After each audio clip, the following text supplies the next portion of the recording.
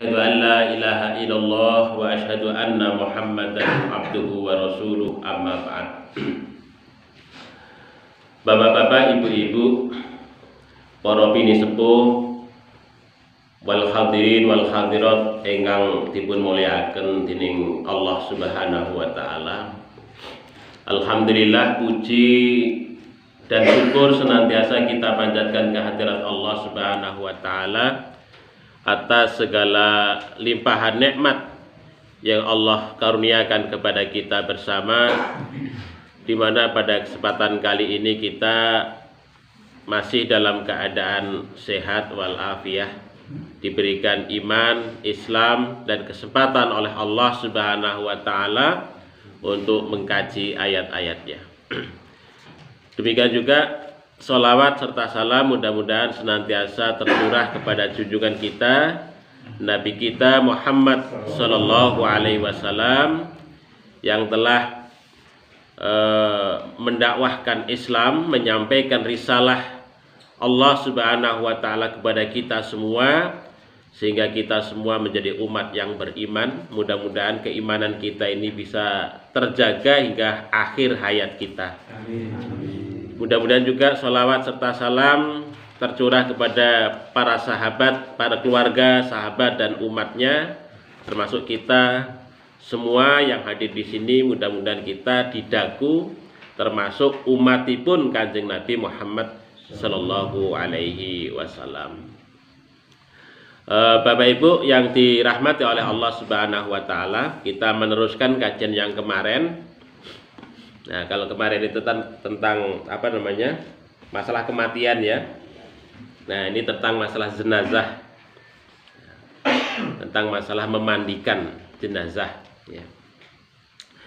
Ini surat Al-Anfal ayat 11 kita baca dahulu Bapak Ibu sekalian.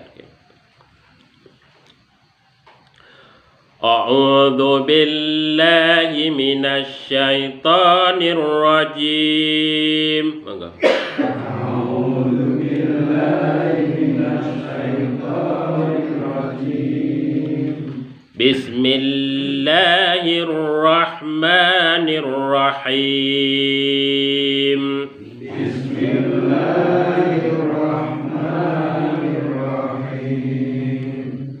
إذ يغشيكم النعاس أمنة منه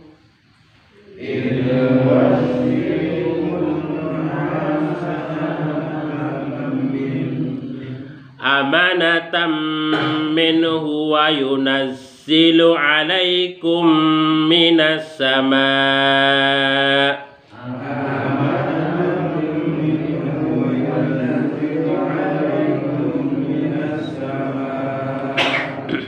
minas samaa'i ma'an liyutahhirakum bih. Minas samaa'i ma'an liyutahhirakum bihi wa yudhhiba ankum rijzasy syaitan.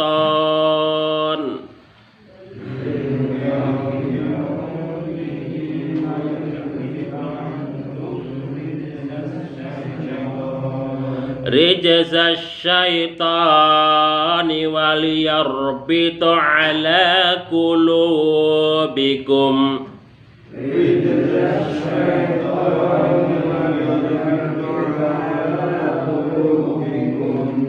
Waliyarbitu ala qulubikum wa yusabbita bihil aqdam. Waliyarbitu ala qulubikum wa yusabbita bihil aqdam.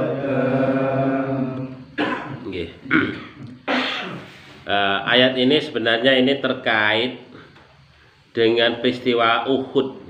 Ada yang mengatakan peristiwa Badar.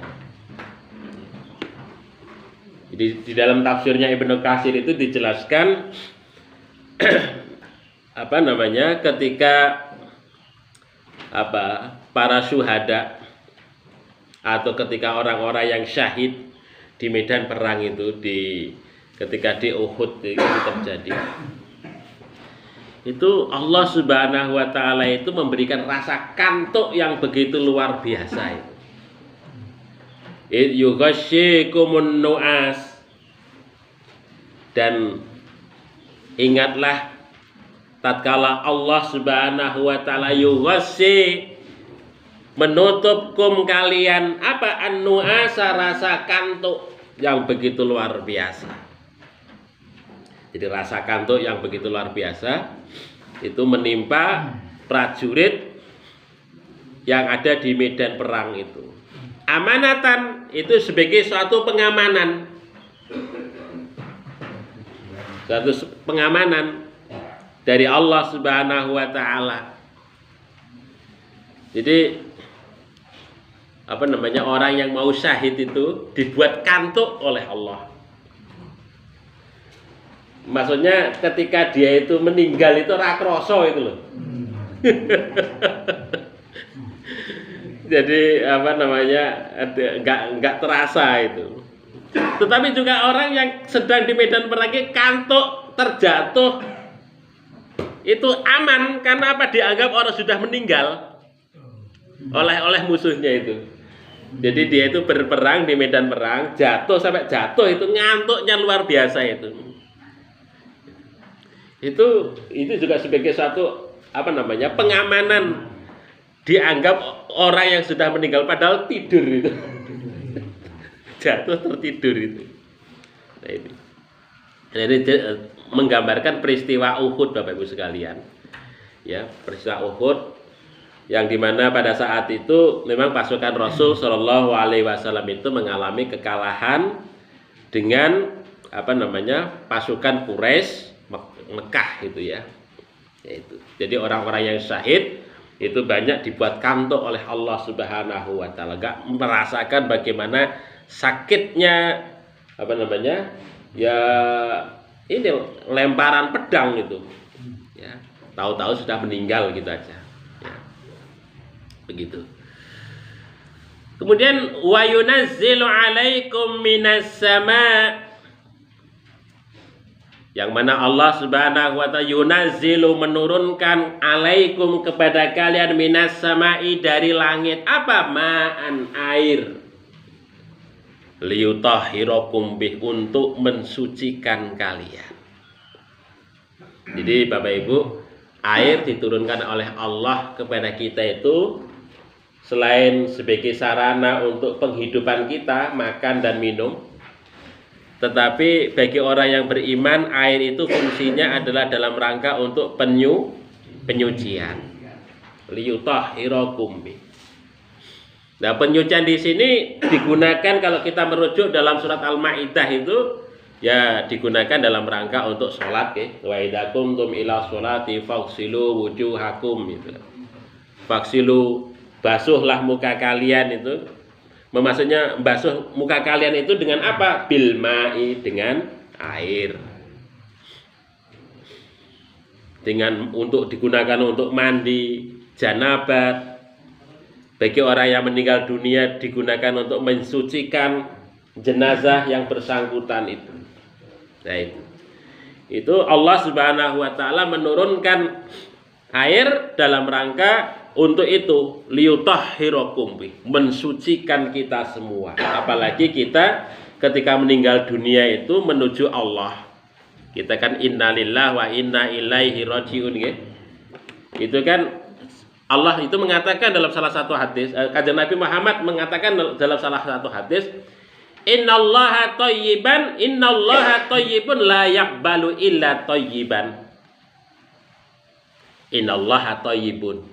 Setuhune Gusti Allah menika moho kang suci, moho kang resik, moho suci, layak balu illa thayyiban. Lan Gusti Allah menika tidak menerima kecuali orang yang dalam keadaan suci.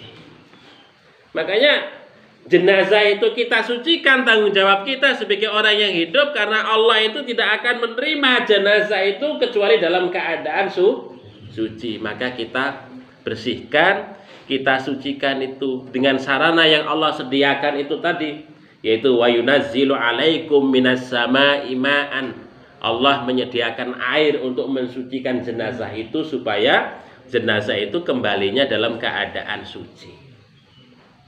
Begitu. Ya. Yang kemudian kesucian itu menjadikan kita menjadi orang-orang yang suci itu adalah wa yudhiba ankum rijza syaitan. Yang mana ketika kita itu bersuci atau menyucikan diri itu adalah menghilangkan dari kamu wa yudhiba adhaba yudhibu yudhiba menghilangkan, melenyapkan angkum dari kalian apa? Rijza syaitan. Rijsun, kotoran-kotoran setan. Maksudnya gangguan-gangguan setan yang menempel dalam tubuh kita. Nah, itu kan. Kalau kita berwudu menika, kalau setane akeh ini ketika berwudu protol kabeh menika Bapak Ibu sekalian. Gangguan-gangguan setan. Makanya para ulama-ulama dahulu menika enggak pernah kok meninggalkan wudu. Karena napa? Karena menika supaya apa? Supaya setan yang menempel di dalam tubuhnya itu hilang. Makanya Kanjeng Nabi itu mengajarkan ketika kita mau tidur diajarkan untuk berwudu dahulu. Nah, supaya dalam tidur kita itu tidak terganggu oleh setan, gitu kan? Kalau mimpi ya mimpinya dari Allah, bukan mimpinya dari setan. Betul. Nah itu. Nah ketika kita meninggal dunia disucikan dalam rangka ini, ya juga dalam rangka untuk menghilangkan gangguan-gangguan setan itu. Nah itu, gangguan-gangguan setan. Karena apa Bapak Ibu sekalian? Setan itu mengganggu sampai di liang kubur ketika pertanyaan apa namanya mungkar dan nangkir ya. Nah itu sampai pertanyaan mungkar dan nangkir. Jadi diganggu menungso menika diganggu. Apakah manusia itu masih bisa menjawab ataukah tidak? Makanya disinilah mensucikan jenazah itu ya dalam rangka untuk menghilangkan gangguan-gangguan setan itu. Itu yang masih menempel di dalam tubuh kita, yang masih menempel di dalam jenazah menika. Wal yarbitu ala qulubikum. Liyarbit Robito yarbitu, supaya hati kita itu terikat. Liyarbito ala qulubikum. Kesucian itu supaya apa? Mengikat hati kita, menguatkan hati kita. Keimanan itu tetap menjadi kokoh.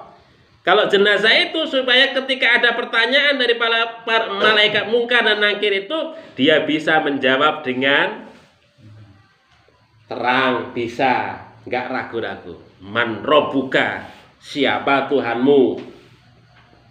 Ya kan? Allah. Tegas Allah. Man nabiyuka, siapa nabimu? Muhammad sallallahu alaihi wasallam. Niku pertanyaan-pertanyaan yang muncul setelah orang itu meninggal. Liyarbitu ala qulubikum wa yusabbita bihil aqdam. Dalam rangka untuk memperteguh langkah. Langkah, memperteguh langkah. Nah bagi kita, bagi orang yang beriman dalam konteks dunia itu, pensucian itu juga dalam rangka itu. Ya, gangguan-gangguan setan, gangguan-gangguan rohani menika memperteguh keimanan kita kepada Allah Subhanahu wa taala.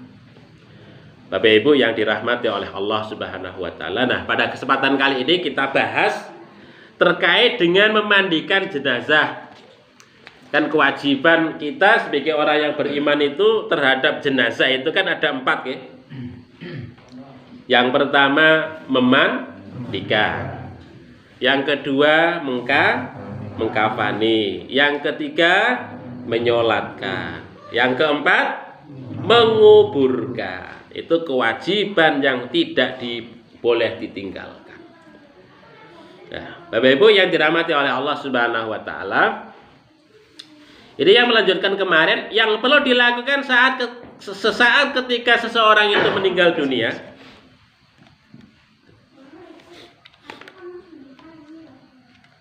Niki yang pertama adalah melepas pakaian yang dipakainya itu kemudian digantikan dengan kain penutup. Nah ini Bapak Ibu sekalian, kalau ada orang yang meninggal dunia, maka pakaian yang dipakai itu untuk segera dilepas. Menikah. Itu. Kemudian apa? Diganti dengan kain penutup, kain panjang menika.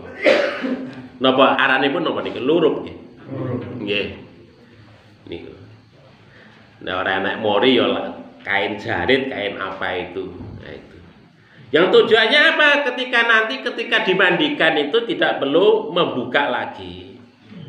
Sudah gampang begitu.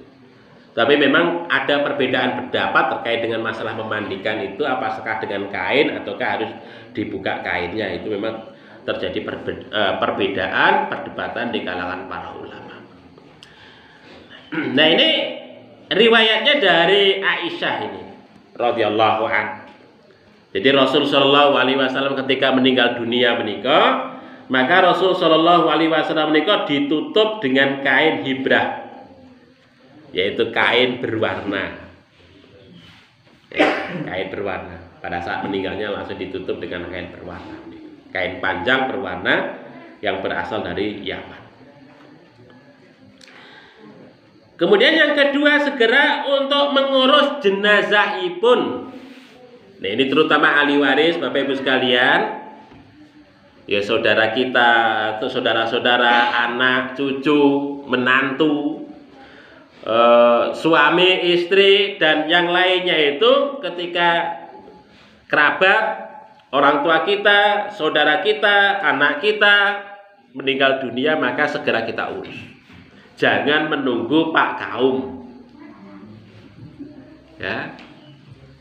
Enggak usah menunggu Pak Kaum. Jadi diurus. Kalau kita ngerti kan gampang itu. Kita urus sendiri, kita suseni sendiri, kita apa namanya? Nah, kafani sendiri. Selesai. Gitu. Ya. Makanya kita harus belajar Bapak Ibu sekalian. Ini kan aspek yang penting dalam kaitannya dengan mengurus keluarga kita. Ini ibaratnya ngurus keluarga kita sendiri. Jangan sampai keluarga kita itu ketika meninggal dunia orang enek sing ngopeni itu mesakne. Ya kasihan. Itu. Apalagi kok anak sama orang tua merasa jijik, nah itu kan aneh itu. Wis sudah meninggal dunia anaknya, wah kok ora mentolo maksudnya jijik itu loh, kan aneh itu. Gak boleh. Gitu ya. Jadi ya diopeni sebaik mungkin ya, terutama dalam kaitannya dengan memandikan nikah. Kemudian yang ketiga, menyegerakan untuk menunaikan hutangnya atau meminta pembebasan hutangnya. Ini kemarin sudah kita bahas cukup panjang. Nah, hukum memandikan jenazah, Bapak Ibu sekalian, ya, hukum memandikan jenazah menikah adalah fardu kifayah. Ini jumhur ulama dari Syafi'iyah, Hanafiyah, dan Hanabilah itu berpendapat sebagai fardu kifayah. Maksudipun fardu kifayah itu apa? Ketika sebagian orang menunaikan, melaksanakan kewajiban itu, maka sebagian yang lain gugur kewajibannya. Tetapi kalau tidak ada yang menunaikan, maka berdosa seluruh kampung, seluruh desa itu. Nah itu. Niki ngatos-ngatos estu Bapak Ibu sekalian. Dulu ada orang meninggal di mana itu? Di Muntilan ya. 3 bulan baru konangan. Kan itu kabar nggih? Pernah nggih? Wonten Muntilan nggih? 3 bulan baru konangan sudah jadi, waduh, masya Allah ya. Dan itu RT RW-nya itu fungsinya apa? Pengamanan kampung itu fungsinya apa? Aturan kan kalau ada orang tua tinggal sendirian di rumah, kontrol tiap hari dong. Kontrol, dilihat, ditakoni, paling tidak dari jamaah sholat menikah. Loh ini Pak Anu kok 2 hari sholat maghrib kok mboten wonten. Nah, sholat isya kok mboten wonten, napa sakit? Nah itu. Maka fungsinya jamaah ngoten Bapak Ibu sekali untuk saling pitakon, menanyakan supaya kalau terjadi apa-apa itu secara darurat itu kita bisa menangani, mengatasi sampai 3 bulan. Masa orang konangan itu kan kebangetan banget itu kan? Kebangetan banget. 3 bulan orang konangan sampai jenazahnya itu hancur, rusak menikah. Itu kan mesak nih sekali. Kasihan sekali. Itu. La haula wala quwata illa billah, naudzubillah, naudzubillah. Itu dosa itu, seluruh desa itu berdosa semua itu. Ya, karena lalai ya terhadap kematian seseorang itu. Karena kalau sudah orang meninggal dunia, yang berkewajiban itu adalah orang yang masih hidup. Yang berdosa itu orang yang masih hidup. Kalau orang yang sudah meninggal itu ya sudah. Gak ada tanggung jawab apa-apa. Diurus karepmu, orang diurus karepmu, wong sudah meninggal dunia. Tapi yang bertanggung jawab adalah orang yang hidup. Itu bisa dosa semua. Itu maksudnya fardu kifayah ngoten niku Bapak Ibu sekalian. Jadi kita harus betul-betul memperhatikan menika hak dan kewajiban kita sebagai sesama umat muslim, orang Islam menika.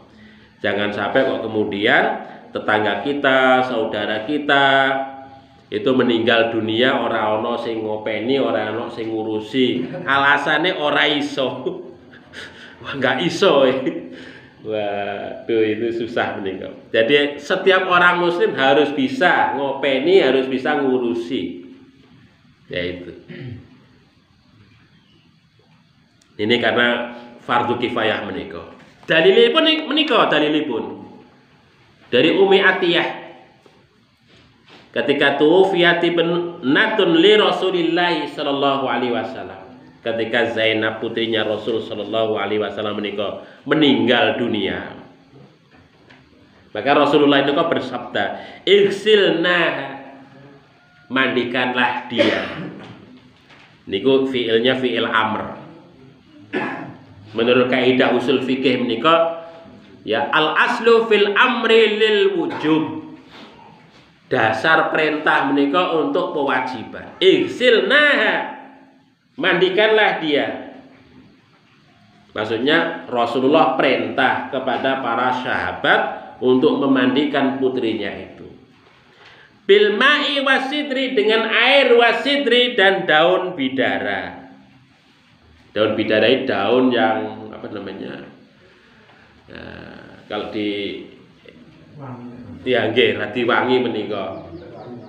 Lengge mandi niku bikin awak itu keset enak. Ini daun bidara.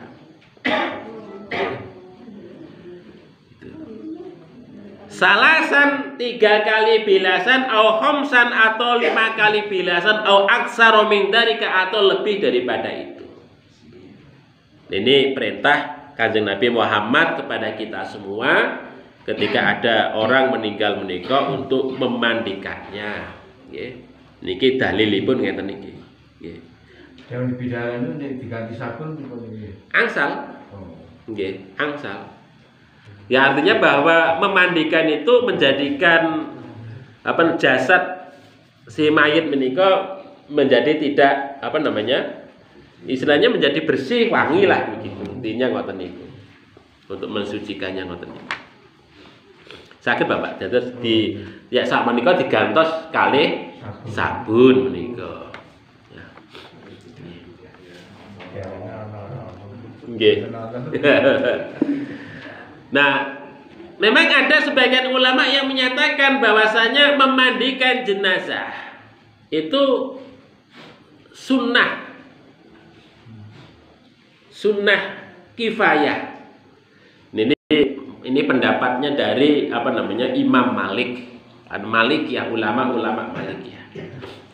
Kalau panjenengan maos kitabnya Ibnu Rus ya, Bidayatul Mujtahid fi Nihayatil Muqtasid menika, itu perdebatan tentang masalah ini dibahas di sana. Ya. Tetapi jumhur ulama menyatakan bahwa memandikan jenazah menika adalah fardu kifayah, wajib kifayah. Ya. Nah, prinsipnya dalam hal memandikan menika adalah laki-laki memandikan laki-laki, perempuan memandikan perempuan. Itu prinsipnya begitu.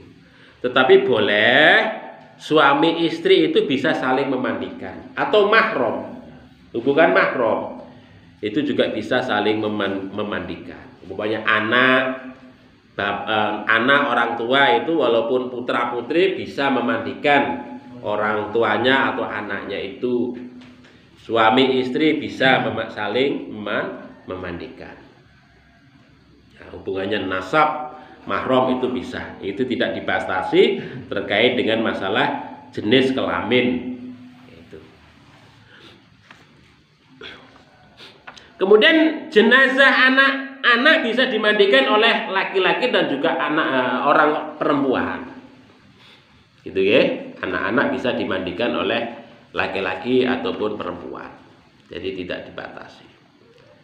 Yang tidak kan jenazah orang lain ya, yang tidak ada hubungan mahram dan itu bukan anak-anak, maka yang memandikan kalau laki-laki adalah laki-laki. Kalau perempuan adalah perempuan. Gitu. Itu aturan syariatnya ngoten niku Bapak Ibu sekalian. Jadi gak sembarangan memandikan pas biasa memandikan Pak kaum kabeh. Pak kaum laki-laki padahal yang yang meninggal perempuan. Waduh gak boleh gitu ya. Ya yang kaum putri yang memandikan menikah. Makanya jangan jagane Pak kaum. Kita semua harus bisa untuk menangani yang semacam itu. Kalau ada suatu kerabat kita, saudara kita meninggal dunia, maka kita bisa yang gula wentah, bisa yang mengurusi ngopeni itu. Nah, terkait dengan suami istri ini dari Aisyah ini ditanipun. Nggih. Ini Rasulullah sallallahu alaihi wasallam ngendika, "Ma darraki law mitti qabli." Ma darraki. Enggak perlu khawatir. Wahai Aisyah, ma darraki. Enggak masalah maksudnya. Ma darraki. Law mitti qabli, seandainya engkau meninggal lebih dulu dariku, fakumtu alaiki, maka aku bertanggung jawab kepadamu. Fagosaltuki, aku memandikanmu, aku akan memandikanmu.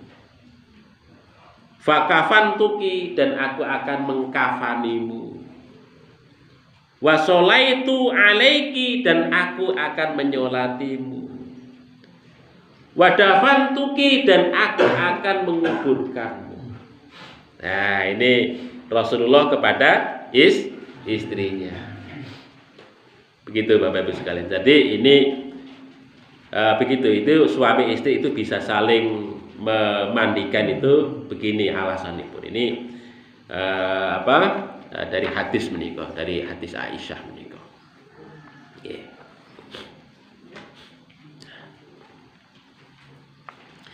Kemudian cara memandikan jenazah. Nah, ini Bapak Ibu sekalian, caranipun.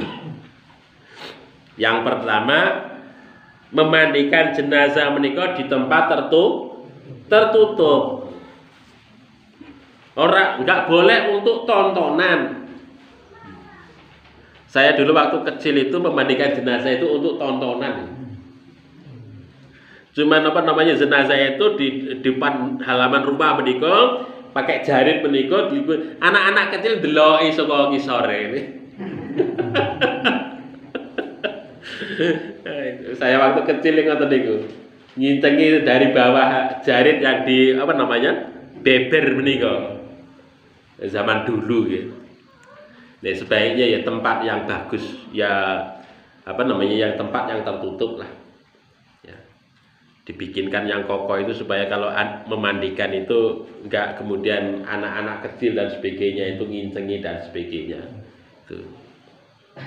Artinya untuk menjaga kehormatan si jenazah itu. Karena enggak tahu ketika orang yang meninggal dunia itu kan sakit yang lama, kondisi fisiknya dan seterusnya bagaimana dan seterusnya itu termasuk salah satu rahasia. Dan nggak boleh kemudian orang yang memandikan itu menceritakan, keadaan jenazahnya gini, nggak boleh. Itu termasuk rahasia jenazah. Makanya orang yang memandikan jenazah itu adalah orang yang bisa menjaga rahasia jenazah. Umpamanya begini, oh ternyata Pak itu kok punya tato ya. Umpamanya begitu. Diceritakan itu loh. Nggak nyangka dulu orang nakal ternyata. Nggak boleh. Kan ada ngoten niku nggih. Ya namanya orang meninggal dunia nggak ngerti kan? Di dalam apa namanya? Di dalam itu nggak boleh diceritakan itu.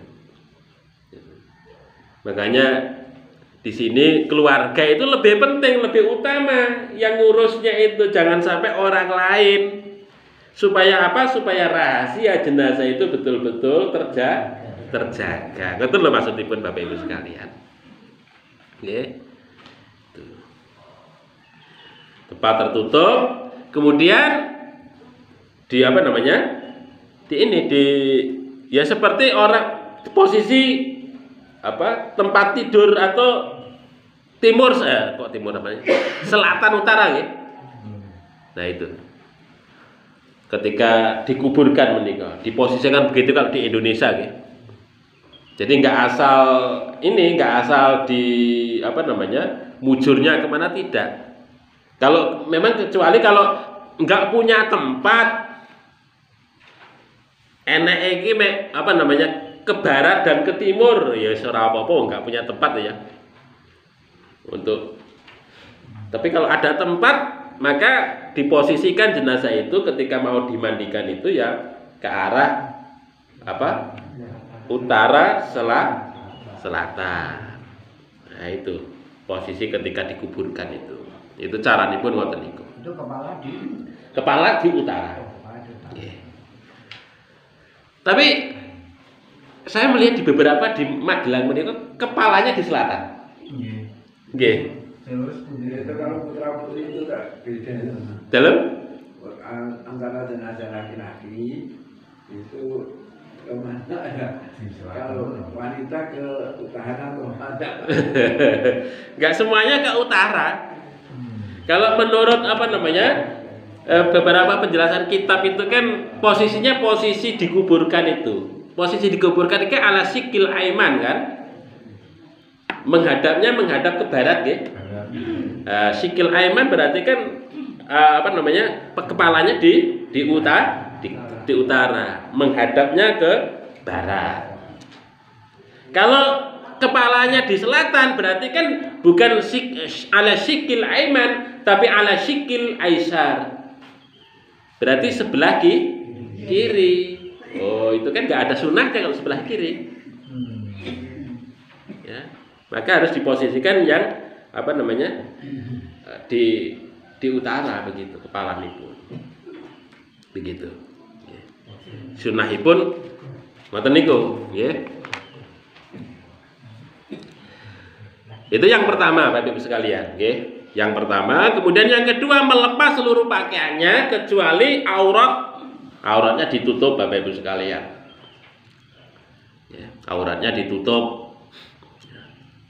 Digantikan dengan lurup itu dalam rangka untuk memudahkan kita memandikan. Nah itu. Dilepas pakaiannya. Dan ini memang terjadi perbedaan ya pendapat di kalangan para ulama ini. Nggih. Sebagian kalangan Syafi'i dan Hambali itu memandikannya itu dengan kainnya. Sebagian kalangan Syafi'i dan Hambali. Dalilnya dari Siti Aisyah itu, yaitu ketika Rasul Shallallahu Alaihi Wasallam dimandikan itu dengan kainnya. Dengan kainnya maksudnya dengan pakaiannya itu. Nah itu Rasulullah melakukan itu. Tetapi dalam hadis Siti Aisyah yang lain itu yang merupakan pendapat mayoritas itu dari kalangan Hanafiyah, Malikiyah, Syafi'iyah itu juga menyatakan bahwa memang Rasulullah menikah dimandikan dengan kainnya. Tetapi para sahabat yang meninggal pada zaman Rasulullah itu dimandikan dalam keadaan terbuka. Maksudnya pakaiannya itu dilepas. Jadi hanya Rasulullah saja yang dimandikan dengan kainnya. Karena pada saat itu kita nih ada satu hadis ini cukup panjang Bapak Ibu sekalian dari Siti Aisyah menikah. Ketika Rasul Shallallahu Alaihi Wasallam meninggal dunia menikah, para sahabat menikah bingung dan mengadu. Nah ini bingung dan mengadu. Apakah kita akan melepas pakaiannya Rasulullah ataukah tidak? Itu bingung para sahabat. Nek melepas rasanya ke orang penak, karena faktor rasa hormati ya, para sahabat menikah.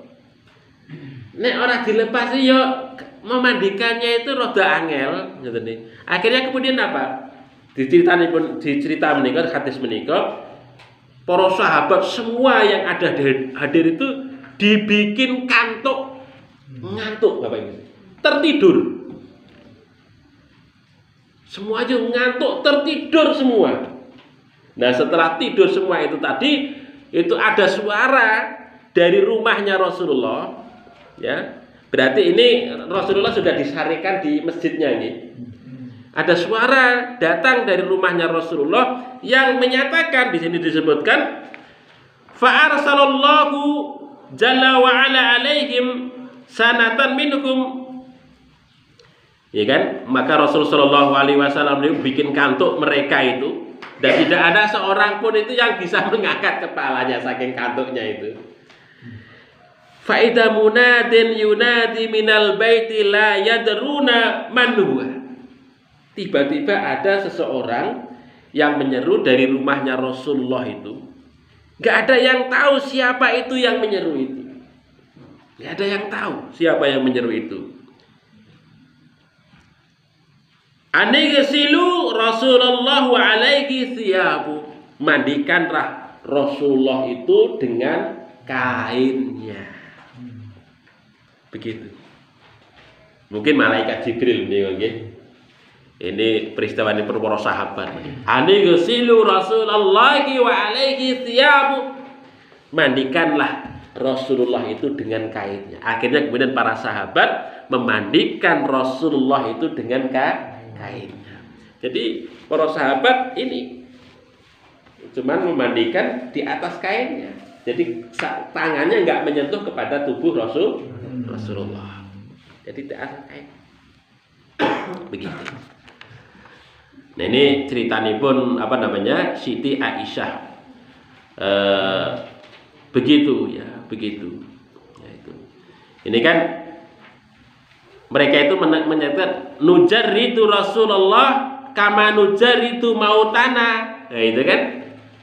Apakah kita akan melepas seluruh pakaiannya Rasulullah ataukah sebagaimana kita melepas pakaian sahabat-sahabat ketika meninggal dunia. Nah, itu kan. Maksudnya sahabat-sahabat kita itu para sahabat ketika meninggal pada zaman Rasulullah. Jadi itu artinya praktek itu sudah biasa melepas pakaiannya itu. Begitu. Itu yang dilakukan oleh para sahabat itu. Nah, dari hadis ini memberikan gambaran bahwa melepas pakaian jenazah itu adalah merupakan kebiasaan yang sudah dilakukan oleh para sahabat. Hanya saja ketika Rasulullah meninggal menika, Rasulullah dimandikan dengan kainnya. Ngoten niku. Nah ini masalah dalilnya ngoten niku Bapak Ibu sekalian. Ini perdebatan terkait dengan masalah dalil. Ya intinya kalau di kita ya rojihnya paling kuat itu ya dengan melepasnya. Karena apa? Karena dengan melepas pakaiannya itu mengalirnya air ke seluruh tubuh itu bisa tuntas. Termasuk juga dalam kaitannya dengan kebersihan najis juga bisa tuntas. Ngoten niku.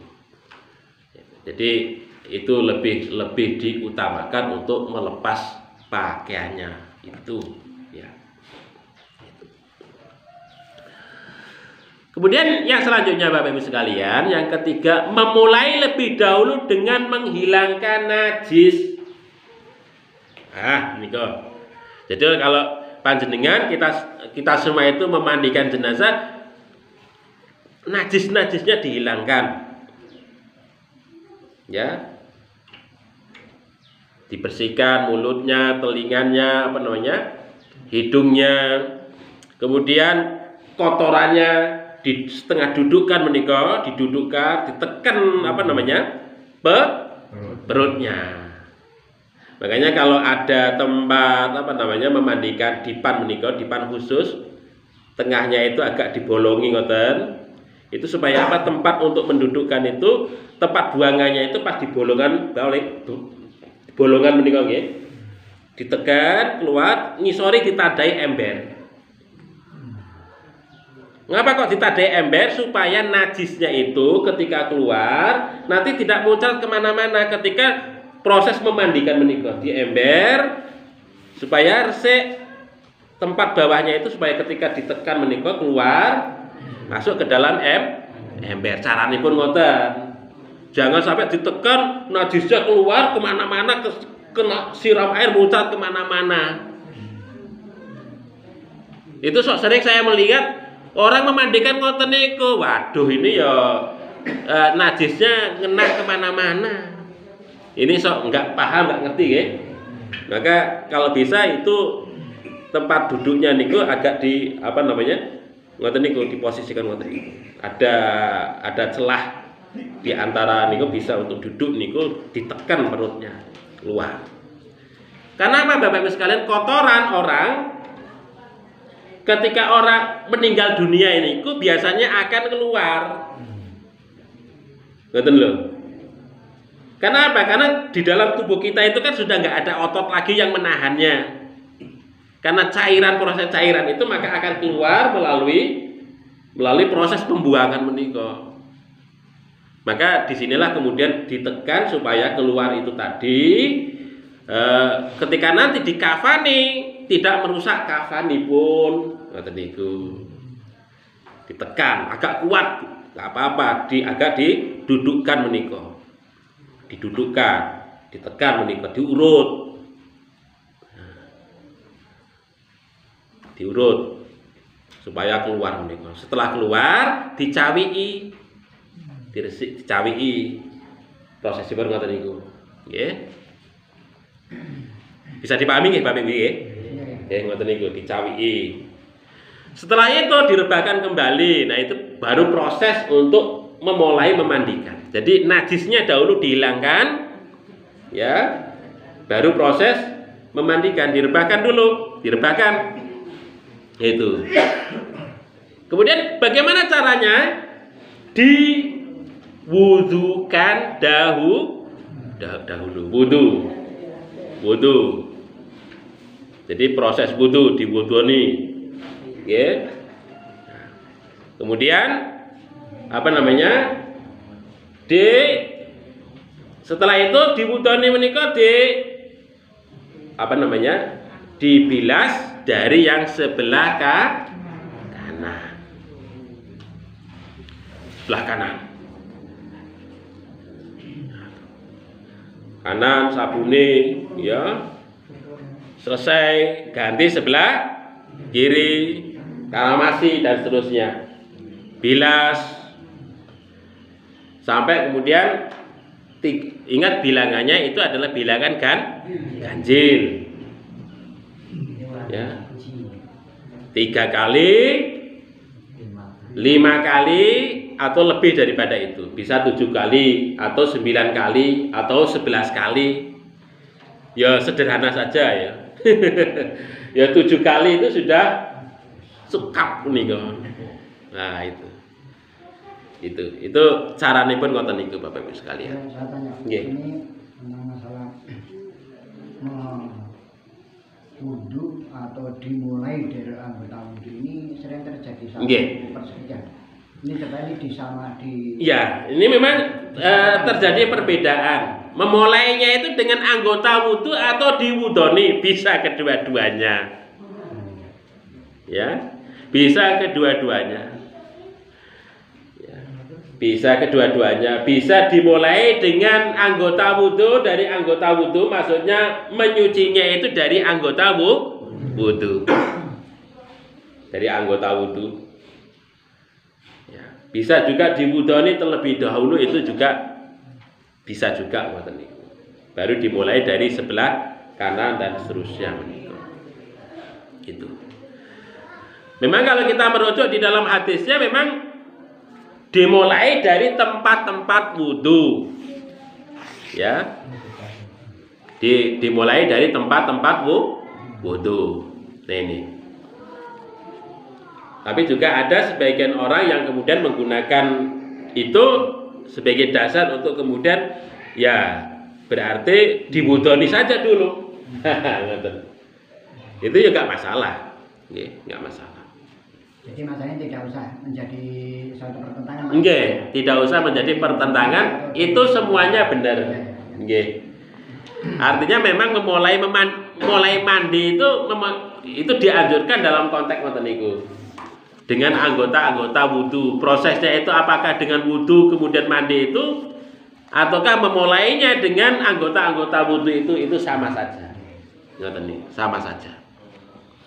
Bisa dipahami nggih Bapak Ibu sekalian? Karena memang di masyarakat itu pemahamannya ngoten niku dua hal itu. Kalau ada orang yang memulainya dengan wudhu, ya sesuai dengan apa yang dibunyikan hadis. Kalau memulai dengan anggota wudhu ya sama, sesuai dengan bunyi hadis. Begitu. Jadi tidak perlu dipertentangkan. Ya gini Pak. Nggih. Yang seorang salah kok diwudoni, orang mah diwudoni, wong seorang sholat dimulai dari anggota wudhu itu sering terjadi satu hal yang tidak enak lah. Jadi ini diseragamkan. Jadi warga Muhammadiyah ini mau diseragamkan. Dimulai anggota wudhu maupun diwudoni ini nggak masalah. Mboten masalah. Nggak masalah. Tapi ini ngatur mulai memandikan. Memulai memandikan. Terakhir memandikan diwudoni. Nggih, bukan. Bukan terakhir kemudian diwudoni, bukan. Memulainya itu loh. Rata-rata itu di masyarakat itu setelah selesai. Bukan dimandikan dulu baru diwudoni, bukan, maksudnya bukan begitu.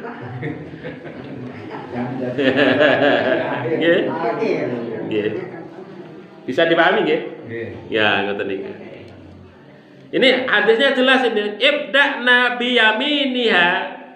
Mulailah dengan yang sebelah kanan, wa mawadhi'il wudu'i, dan tempat-tempat wudu. Itu loh. Itu hadisnya ngoten niku. Jadi karena begini Bapak Ibu sekalian, itu kan ya namanya mandi besar menika nggih. Itu kan mandi besar itu kan prosesnya ngoten niku. Seperti kayak wudu itu ya. Hanya saja kalau wudu itu cuman anggota anggota wudu saja, kalau mandi itu seluruh badan. Lah kan kalau panjenengan mandi besar kan prosesnya ngoten niku. Nggih kan? Nggih mboten. Enggak asal biar kan. Mandi besar mboten ngoten. Tetapi juga seperti anggota wudu itu dimulai dari atas, kanan, atas dan seterusnya menika.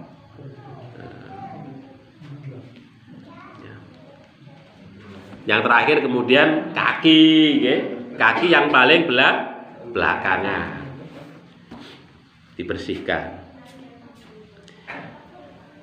Karena ada juga orang memandikan itu membersihkan najisnya itu di tengah-tengah itu. Wis sudah airnya itu hampir habis, baru membersihkan najisnya ya ora tuntas.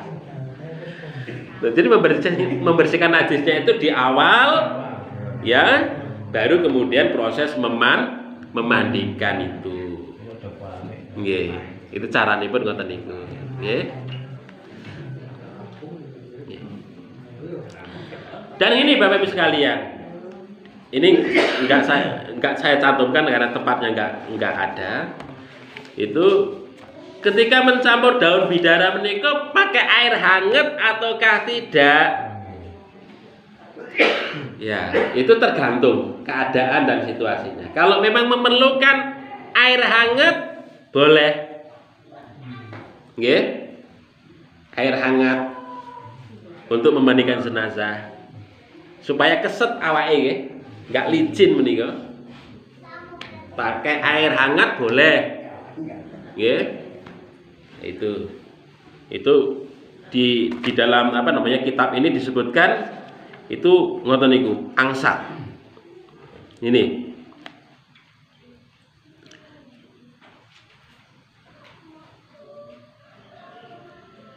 Ini kalau menurut Malikiyah, menurut Syafi'iyah dan Hanabilah, annahu yustahabu ghuslul mayyiti bil ma'il barid illa li hajati ilal musahhon. Kalau menurut Syafi'iyah dan Hanabilah itu disunahkan memandikan jenazah itu dengan air dingin biasa, kecuali dibutuhkan untuk menggunakan air hangat. Tetapi kalau menurut Malikiyah, yukhayyirul ghasilu fi sifatil ma'i insya'an baridan wa insya'a sahinan. Itu tergantung orang yang memandikan. Kalau orang yang memandikan itu melihat itu dibutuhkan kok air hangat, ora apa-apa air hangat.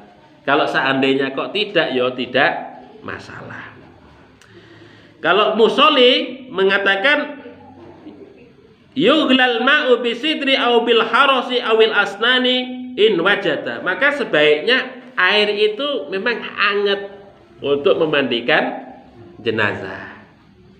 Itu menurut li'annahu ablagu fin nadhafah, kan air hangat itu bisa membersihkan. Sifatnya akan lebih bisa membersihkan. Alasannya Al-Musilli itu mengatakan ngoten niku. Dan itu tergantung lah Bapak Ibu sekalian nggih. Kalau dipandang kok menggunakan air hangat bisa lebih bersih, bisa bagus, ya enggak apa-apa. Memang biasanya kalau air dingin itu nganu kok nggih, lagi licin nggih. Licin, ya betul licin. Itu saya pernah memandikan itu jenazah licin. Berkali-kali kok tetap licin juga. Nggih, licin. Memang karena karakter kulit orang sudah meninggal kan enggak ada nganu nggih. Ya enggak ada minyak, enggak apa itu. Jadi kayak seperti licin gitu ya. Licin. Maka kalau diperlukan untuk menggunakan air hangat ya enggak apa-apa. Bisa digunakan niku. Tanya Ustaz. Nggih.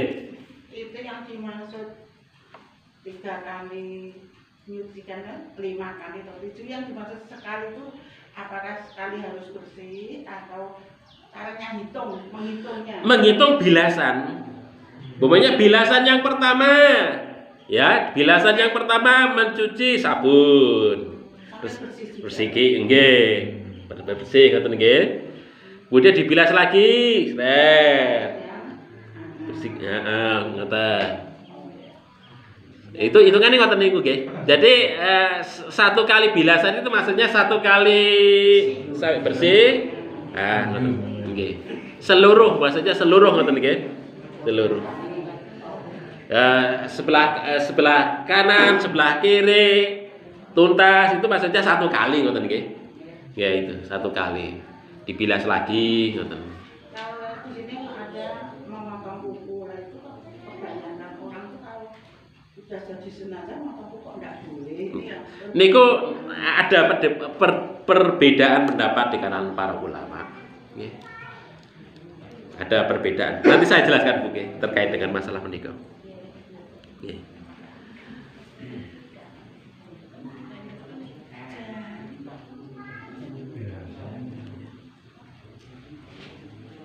Ya, ini yang keenam. Yang keenam, menyisir, menggulung rambut dan memotong kuku. Jadi kan ini khusus kalau perempuan atau laki-laki yang rambutnya panjang. Kalau perempuan digulung rambutipun, digulung jadi 3, Bapak Ibu sekalian, ibu-ibu, nggih. Ini harus mengerti dibikin 3. Yang 2 itu di sini kanan kiri, yang satunya di muka sini, di ubun-ubun, nggih. Di ubun-ubun, diukel, ditaruh di ubun-ubun, yang 2 ditaruh di kanan kiri. Ngeten iki kayak sungu gitu. Kayak tanduk, seperti kayak tanduk. Digambarkan oleh Nabi seperti tanduk. Nggih. Ngeten itu. Jangan dikremyak, dikepang, tapi digulung, diikat kayak tanduk. Paham nggih? Ya. Boten dikepang tapi diikat kayak tanduk ini. Yang satunya jadi 3, nggih, 3. Memang selama ini saya melihat juga dikepang. Ada yang dikepang, nggih? Dikepang. Ya, itu dalam hadisnya korna. Itu seperti tanduk, digulung seperti tanduk. Nggih. Begitu. Bisa kan digulung kan? Nggih. Diukel menika.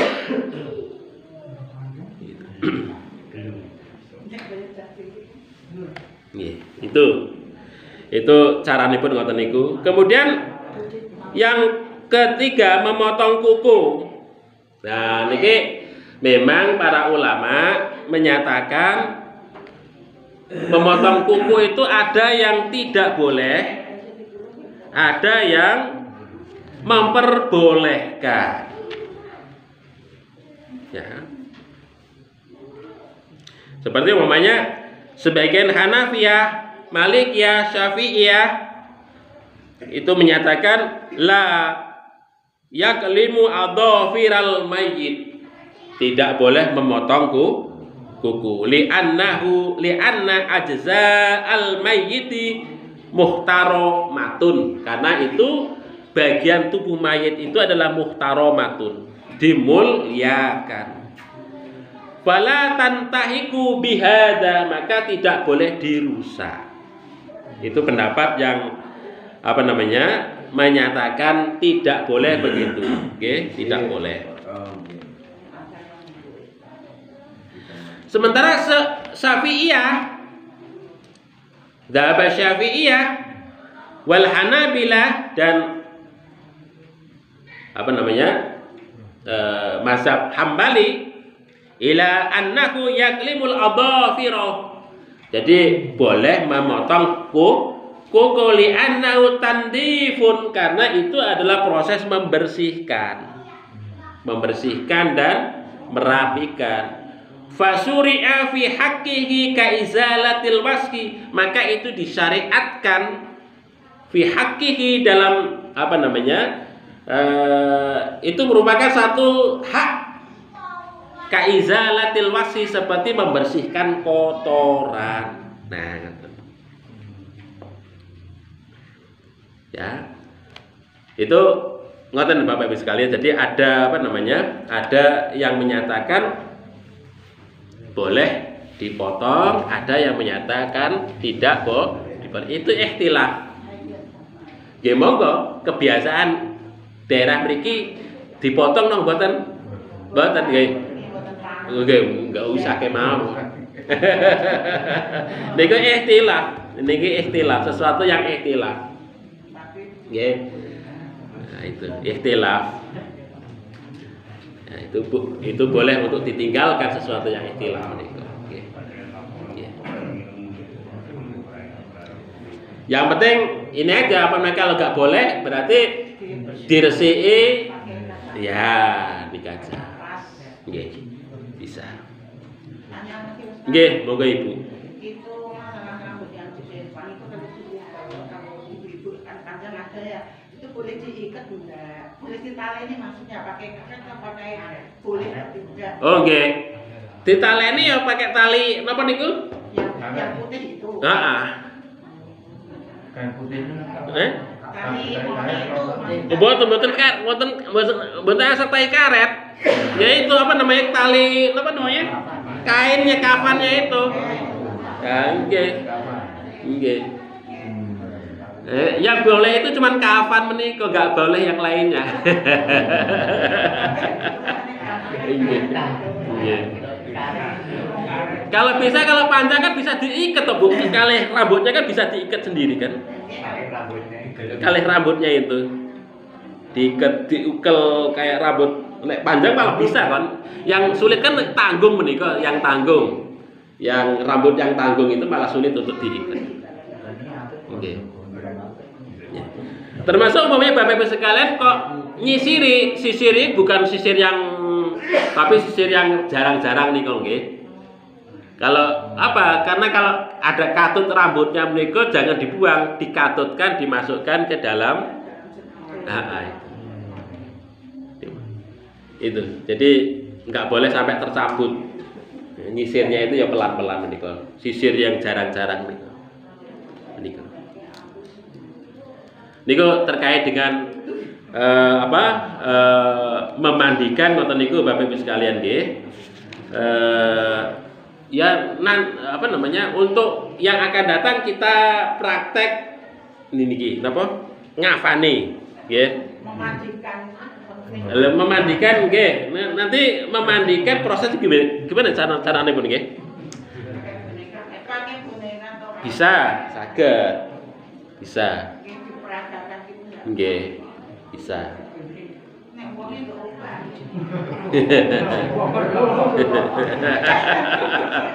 Bisa. Ya saya kira ngoten Bapak Ibu sekalian, kalau belum ada pertanyaan mboten nggih. Kalau nggih Bapak. Kalau mengantarkan jenazah itu ada yang disuruh di muka jenazah, ada yang menyuruh di belakang jenazah seperti ngeterake nganten niku sing baik sing pundi. Nggih. Dua-duanipun saged Bapak. Tapi memang ada aturan yang di depan itu orang yang berjalan. Nggih. Yang berjalan itu yang di depan. Yang di belakang itu orang yang berkendaraan. Nggih. Jenazah di tengah. Ya tergantung maslahatipun. Kalau di kota itu kan jalannya kan nggak memungkinkan begitu, nggih. Nggih. Jadi ya menyesuaikan, itu sebenarnya menyesuaikan. Itu banyak hadis menceritakan ada yang di depan, ada yang di tengah, ada yang di belakang, banyak hadisipun Bapak Ibu sekalian terkait dengan masalah menika. Jadi itu yang maslahat mawon, yang penting jenazah menika jalannya jenazah itu lancar, enggak membahayakan, enggak sampai jatuh, ngoten niku nggih. Nah itu intinya ngoten niku. Nah itu. Jadi untuk menjaga kehormatan itu memang yang banyak itu memang yang depan, yang paling depan itu ada orang yang berjalan. Nah, yang berjalan menika. Itu. Bapak Ibu yang dirahmati oleh Allah Subhanahu wa taala, mungkin saya kira begitu yang saya sampaikan. Untuk selanjutnya, untuk pertemuan yang berikutnya minggu depan kan sudah bukan saya gitu nih. Minggu depan itu wagi nggih. Mungkin yang akan datang nanti kita untuk berikutnya. Mungkin begitu saya sampaikan Bapak Ibu sekalian. Billahi taufiq wal hidayah. Assalamualaikum warahmatullahi wabarakatuh.